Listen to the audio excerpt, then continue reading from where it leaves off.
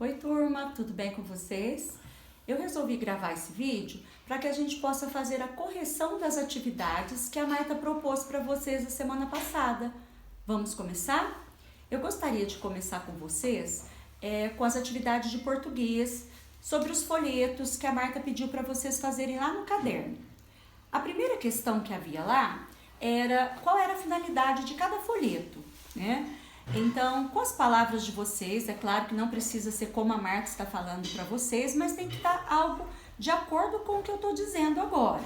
Então, a finalidade do primeiro folheto, que era aquele da vacina de cães e gatos, era justamente essa, orientar as pessoas e incentivá-las a vacinar seus animais domésticos, os cães e os gatos, pelo menos uma vez no ano. O segundo folheto, que era da higiene bucal, também é um folheto, os três são folhetos informativos, né? Naquele folheto ele trazia informações importantes sobre a higiene bucal e no caso ele trazia informações sobre uma palestra que haveria, né, sobre a higiene bucal. Mas eu também quero pedir desculpa para vocês que eu fiquei sabendo que as imagens dos folhetos não ficaram muito boas, tá? Como a Marta não tinha essa visão, então peço desculpa a vocês. E o terceiro folheto, que era aquele do Cascão, a finalidade dele era despertar as pessoas para a importância da higienização das mãos contra o vírus Covid-19, tá? A questão 2 era, de acordo com o folheto 2, devemos vacinar nossos cães e gatos anualmente, ou seja, uma vez por ano.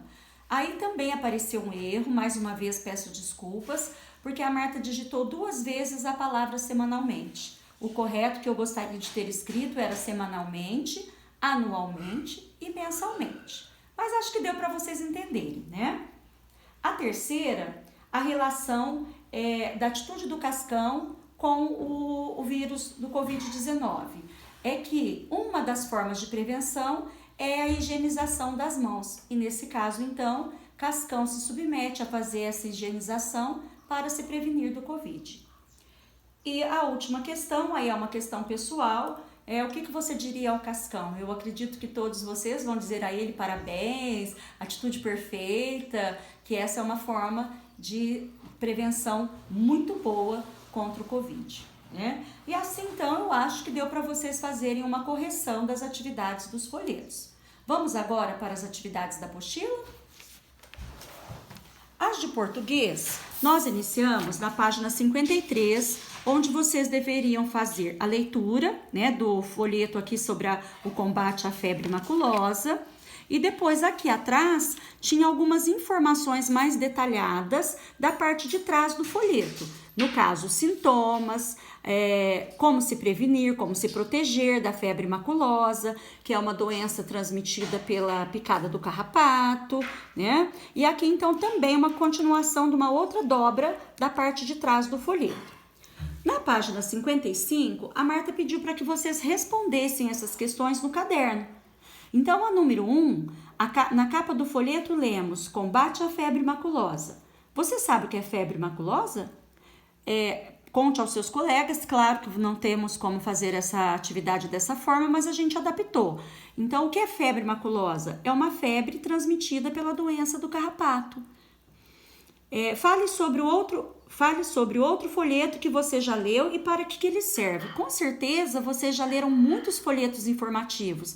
Alguns são folhetos de propaganda, folhetos informativos para prevenção de doença. Nesse caso, é uma resposta pessoal. Como os folhetos chegam até as pessoas? Normalmente os folhetos chegam até as pessoas sendo entregues por outras pessoas que deixam nas portas das casas ou que deixam em locais onde há muito movimento de pessoas, ou pelo menos deixavam quando era possível, né? Então, por exemplo, em restaurantes, em lanchonetes, para que as pessoas possam ver esses folhetos. Depois a gente passou para essa outra parte, que é essa atividade onde tem 3 questões. Qual a finalidade desse folheto que está aqui na apostila? É orientar as pessoas como se prevenir da febre maculosa. Que ilustração tem nessa parte, aqui na capa? A gente percebe a ilustração de 4 carrapatos como se eles estivessem saltando da grama para ir para algum lugar ou para alguma pessoa. As letras do folheto devem chamar a atenção das pessoas. Como se fez isso na capa? Nesse caso, eles utilizaram letras em tamanhos diferentes, né? Tamanhos grandes e em cores diferentes também. Então, aqui tinha o verso, né? A parte de trás do folheto, só que agora ela foi aumentada para que a gente pudesse enxergá-la melhor, já que aqui nessa página anterior ela não estava tão clara assim. Então, havia também perguntas sobre essa parte. Qual é a finalidade do texto escrito na parte 1 do folheto? Que é essa.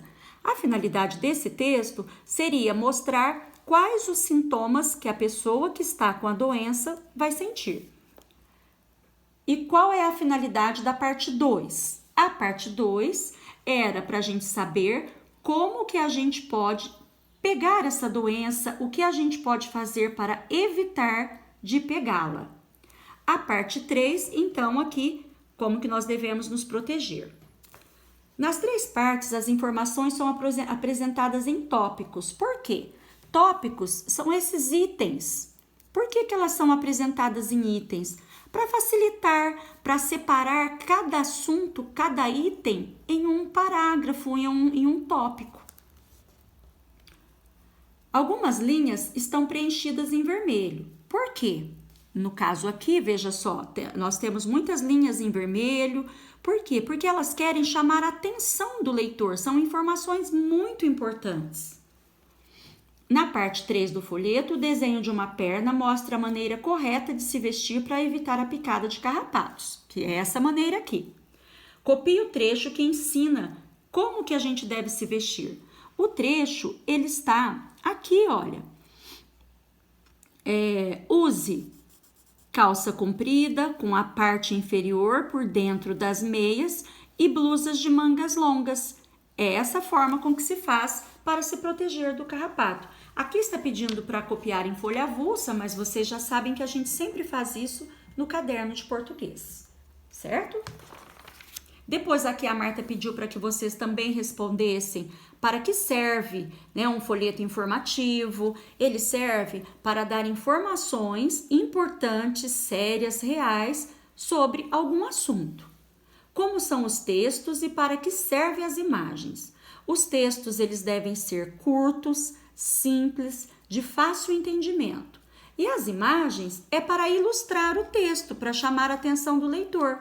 E principalmente porque alguns leitores não sabem ler, então eles podem também compreender pelas imagens. Quais as informações, como as informações são organizadas? Aí nós vimos na página anterior que as informações são organizadas em tópicos, em itens. E qual a função das ilustrações, das cores e das letras de tamanho diferente? Essa função, as ilustrações, as cores e as letras, é para chamar a atenção do leitor, para que ele olhe aquele folheto e tenha curiosidade de lê-lo melhor, e também para mostrar as informações de uma outra forma, uma forma de repente mais divertida. Depois a Marta pediu para que a gente fizesse essa página 59, né, que são, aqui no caso, a letra S trabalhada com o som de Z, porque a letra S no meio de 2 vogais, ela tem o som de Z. Aqui nós íamos fazer adjetivos terminados em oso e osa. Então, por exemplo, uma pessoa que tem ataque de nervos, ela é nervosa. Um bolo que tem cheiro bom, ele é cheiroso. Uma carne que tem um sabor gostoso, ela é saborosa. Os cactos que têm espinho são plantas espinhosas. Quem conta mentiras é mentiroso ou mentirosa. Aqui vocês deveriam escrever 5 palavras com 2 S's, as palavras que vocês quisessem. Aqui, então, está perguntando por que na palavra sintoma tem um S só e por que na palavra osso temos 2 S's, mas o som é o mesmo, som forte, né? Por quê? Aí tem várias explicações. Poderia ser porque não existe palavra que começa com 2 S's. Poderia ser porque o S no início, ele sempre terá som forte, tá? E 5 palavras que comecem com S. Aí aqui também você pode escrever as palavras que você achasse mais adequada. Aqui nós vamos fazer o mesmo trabalho, só que agora é com os 2 R's ou um R só. Aqui então pergunta, por que o som da letra R é o mesmo nessas duas palavras, sendo que aqui nós temos 2 R's e aqui temos um só. A regra é bem parecida com a do S.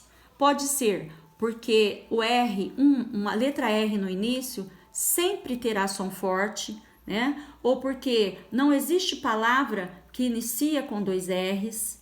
Aqui você deveria escrever 5 palavras que iniciam com R, né? Que teriam som forte.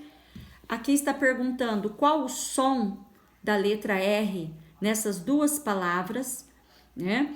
Nesse caso, na palavra carrapato, o som é forte.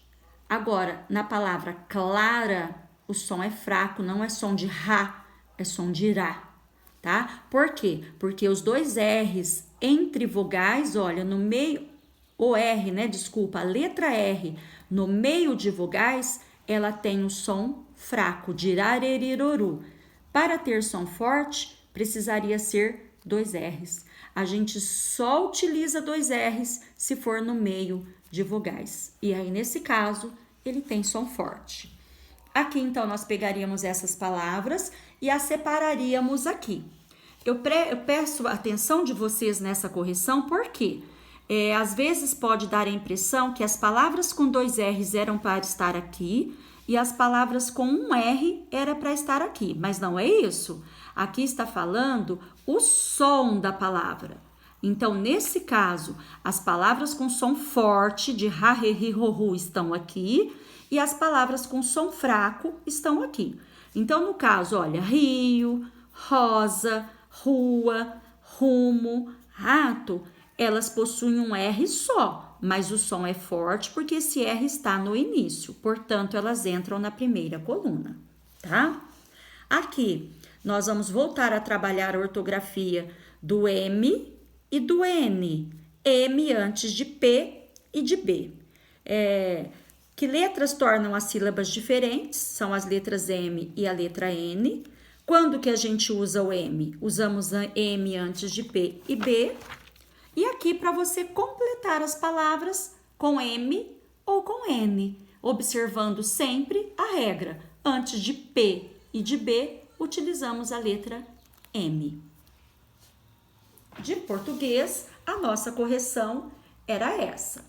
Agora, nós vamos para a página 145 de História e de Geografia. Espera aí que a Marta vai mudar, que é essa aqui. Na página 145, nós temos 2 imagens, que é do mesmo local, se vocês verificarem aqui a legenda, né? Só que é lógico, o ano passou muito nessas 2 imagens e grandes transformações ocorreram. Então, aqui nós tínhamos, descreva a imagem 1 a partir dos itens abaixo. As ruas e as calçadas, os prédios, a vestimenta das pessoas. Então, era só vocês olharem aqui e observar que as ruas e as calçadas, aqui nesse caso, elas eram pavimentadas, mas ainda não eram de asfalto.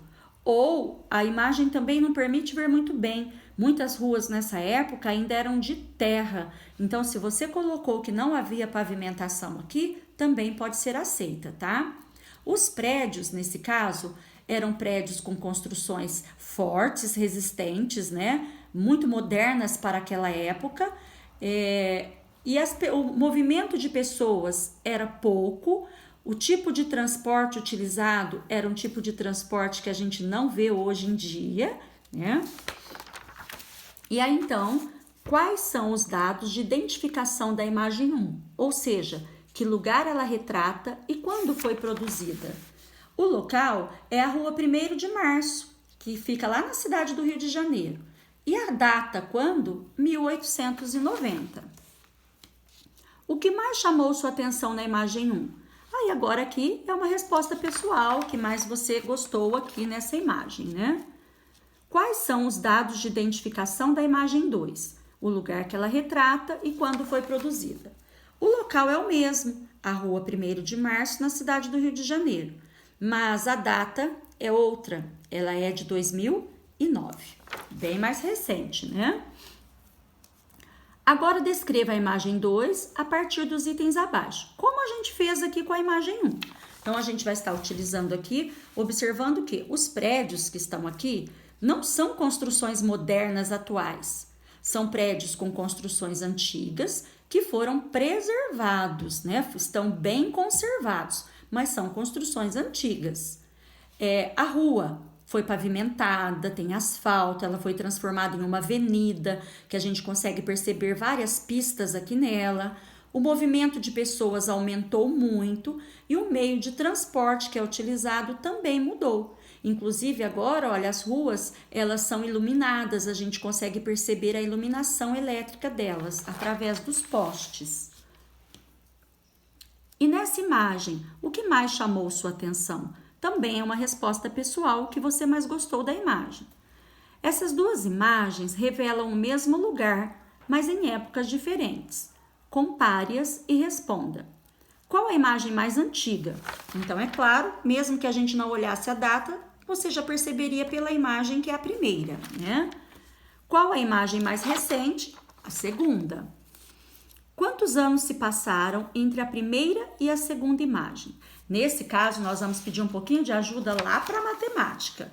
Então, olha só, essa é de 1890 e essa é de 2009. Então, seria ideal a gente fazer o algoritmo. 2009 menos 1890. 9 eu não tiro nada, eu fico com 9. 0 eu não posso tirar 9. Faço troca com a centena, com 0 que não tem. Então, a centena faz troca com o milhar. Aqui ficou com uma e passou uma barra para esse. Aqui tem 10, agora a dezena faz troca com a centena. Ficou com 9 e aqui com 10. 10 tira 9, 1. 9 tirou 8, 1. 1 tirou 1, 0. Quantos anos se passaram? 119 anos de uma imagem para outra. Em relação aos aspectos físicos dos prédios, do entorno e das pessoas que aparecem nas imagens, o que permaneceu e o que mudou. Então, a gente consegue perceber que o que permaneceu foram as construções. Alguns desses prédios permaneceram, né? Por quê? Porque foram construções históricas, elas são construções históricas que existem até hoje. Elas contam a história do nosso país, como que iniciou, como que era antigamente. Portanto, elas são preservadas, são chamadas de patrimônio histórico. Elas têm que ser preservadas para mostrar para as pessoas como que era antigamente. E aí, então, depois a gente vai ver que os espaços, quando mudam, eles também formam uma história. E agora nós vamos falar um pouquinho da nossa escola. Então, aqui perguntou assim: como é possível saber o que aconteceu no tempo transcorrido entre a fundação da escola e os dias de hoje? Então, tem várias formas da gente saber o que aconteceu, quais as mudanças que ocorreram. Uma das formas seria pesquisar no site, seria perguntar para pessoas que já estudaram na escola há muitos anos atrás, seria procurando fotos, imagens antigas da nossa escola. Há quantos anos você acha que a escola em que estuda foi fundada? Justifique sua resposta. Nesse caso, eu recorri aqui à agenda escolar que vocês tenham aí com vocês. Na página 6 tem o histórico, olha. E aqui conta, o Colégio Dom Inácio foi fundado em 1976. Então aqui, olha, há quantos anos você acha que a escola em que estuda foi fundada? Então nós vamos de novo para a matemática. Nós estamos em 2020 e nossa escola foi fundada, foi criada em 1976. 0 eu não posso tirar 6. Faço troca aqui, 10 tirou 6, ficou 4. 1 eu não posso tirar 7. Faço troca com a centena que não tem. Troca aqui com o milhar. 11 tirou 7, fica 4. 9 tirou 9, 0. 1 tirou 1, 0. Então, esse ano de 2020, nossa escola completará 44 anos. Mas isso acontece no final do ano, no dia 6 de dezembro. Então, há quantos anos você acha que a escola em que estuda foi fundada? Há 43 anos, né? Completando 44 nesse ano. Sua escola é recente ou antiga? Justifique sua resposta. A nossa escola, nós podemos classificá-la como média. Vamos dizer que ela é uma escola adulta, ela é uma jovem, porque ela não é recente, porque tem escolas que têm 1, 2, 3 anos, né? Essas seriam recentes, até 10 anos. Mas existem escolas que têm 80, 90 anos. Então, nesse caso, a nossa escola fica entre essas duas opções, tá? Então, a nossa matéria de história parou por aqui. A gente dará continuidade a semana que vem. Obrigada, beijos!